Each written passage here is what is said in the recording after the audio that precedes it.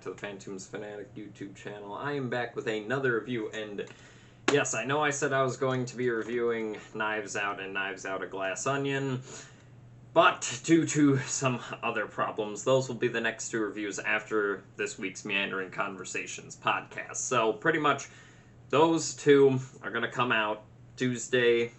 So yeah, those two reviews are probably going to come out Monday, then either Wednesday or Tuesday. Then on Friday, I will probably have either Megan, the new robot doll movie, or The Fabelmans out. So yeah, those will be the next two reviews after the two Knives Out movies. Then after that, I'll be working on my best of 2022 movie list. But anyways, this review is obviously of Guillermo del Toro's Pinocchio, released last year in 2022, starring Gregory Mann, Ewan McGregor, Finn Wolfhard, Ron Perlman, David Bradley, Tilda Swinton, Kate Blanchett, Christoph Waltz, directed by Guillermo del Toro and Mark Gustafson. Obviously, this follows the story of Pinocchio, but it makes some differences. The story follows Geppetto and his son Carlo, but after an incident of the Great First War in Italy, he loses his son, but then his wish is granted to him to have his son returned in the form of this wooden puppet, obviously made out of pine, named Pinocchio by the Great Blue Fairy. But the two of them struggle with their relationship because Geppetto doesn't see Carlo in Pinocchio, and they struggle to find, their place and survive in Italy during fascist movement.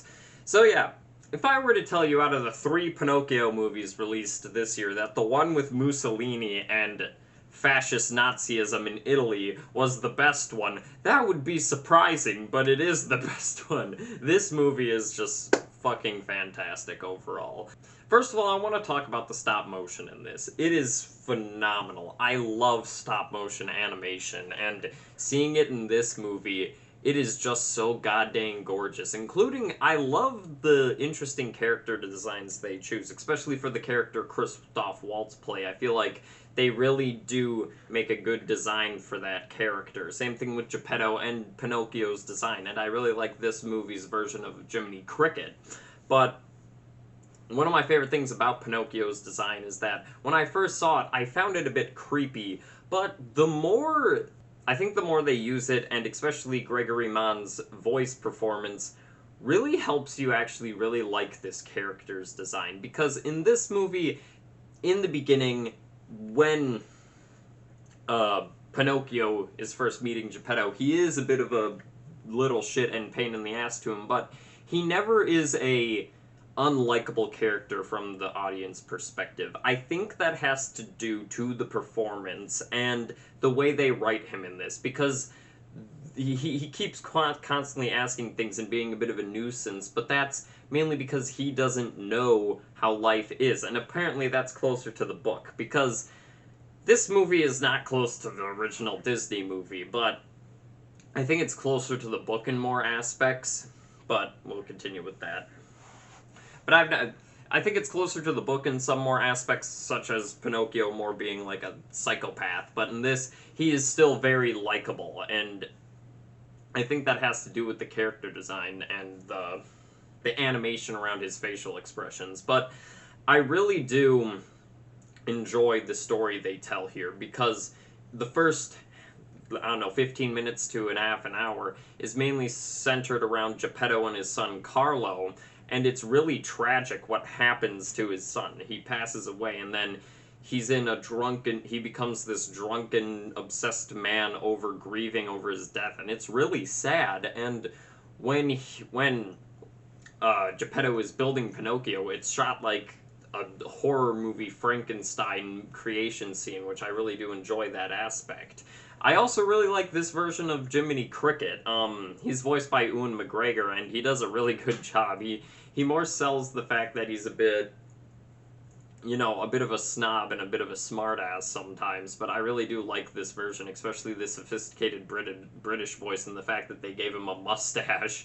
I really do enjoy the version of Jiminy Cricket in this version.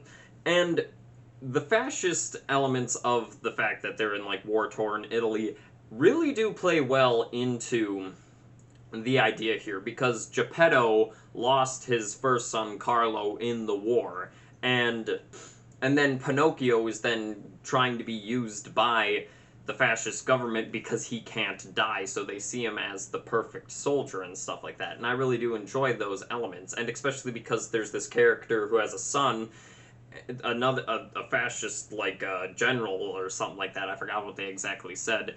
Who has a son, and Pinocchio helps that son by teaching him the lessons Jiminy Cricket taught him and the relationship he has with Geppetto. And I really do enjoy Pinocchio and Geppetto's relationship. It is really dived into this version, and it is really well done the way that they connect each other, especially David Bradley's performance as Geppetto. He's really fucking good and surprisingly funny in this. Same thing, there's a good amount of comedy, even though there's a lot of sad, serious moments in this. It still has some lighthearted moments as well. It is just not completely dark, which I do enjoy. And there's just little elements to it, such as Monstro in this version. I love his design. Pinocchio, I love when his nose grows, it's like a tree. I think that's a very creative choice that I haven't seen before.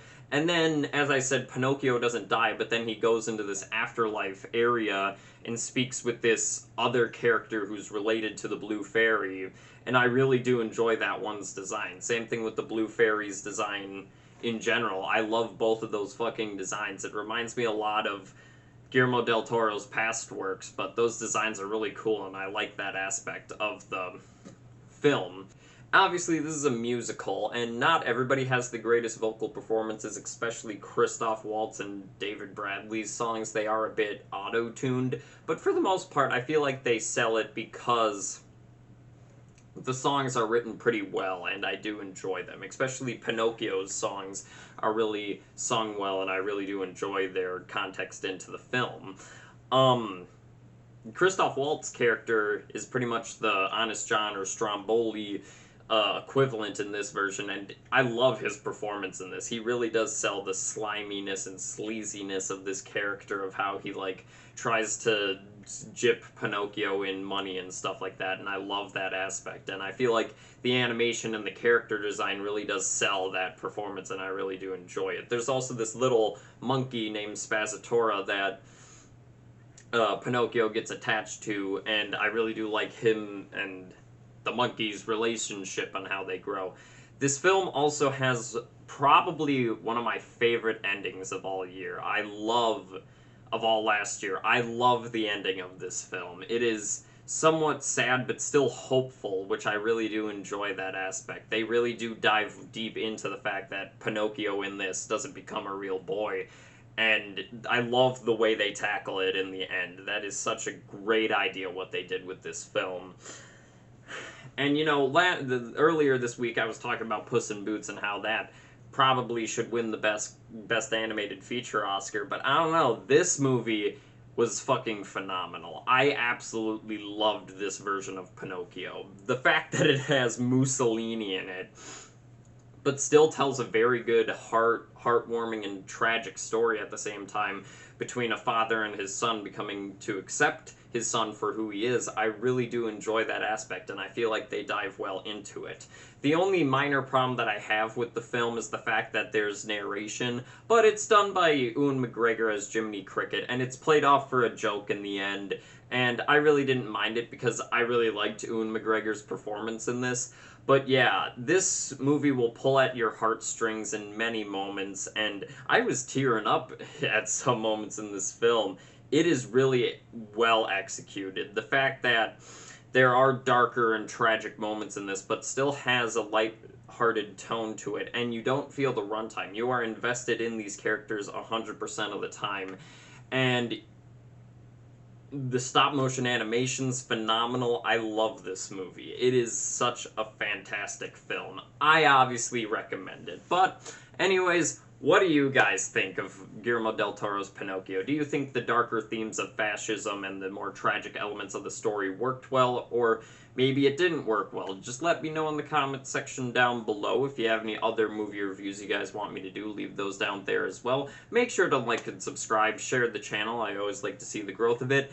And, yeah, as I said, we will have the Meandering Conversations out, then Knives Out, Glass Onion, Fableman's or Megan, and then yeah, that's the schedule we're looking at for the foreseeable future. But yeah, hope you guys enjoyed, and I will see you all next time.